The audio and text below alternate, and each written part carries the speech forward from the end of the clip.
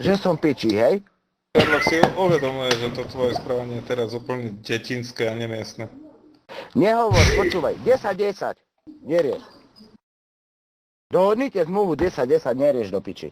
Keď preberieš za 10 dní 10 dedín, tak ti to dám. Teraz hneď. Ježiš, ty Kriste, pane Basme, do piči. Počkaj, dobre, Štatický plánovač musí byť maximálne tak nastavený, kto je... idem na 26 prebrať 10 dedín, ti to samozrejme. 10 dedín a 10 dní.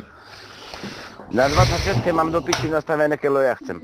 No však áno, však preto domáci nemôže byť. sa vám darí spolupracovať. Nie, nemôže- lebo tam nemám ich to rozkázať. A nemôže byť 5 na 3? A prebereš 5 dedín za 3 dní? Naopak, 3 na 5. Nie, tu sme sa nerozumeli, Doriti, furt sa tu nás sereme o tom štatickom plánovači. 3-3 nie je špatné, ale keď tu, jak teraz mi Šras napísal do piči, idú ma zaberať, hej, ja budem mať v štatickom plánovači. Rozumieš? Príklad, tu som ujebal, tam som ujebal.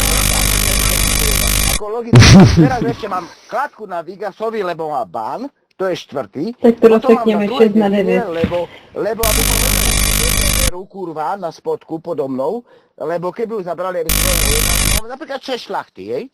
To mám 4., 5.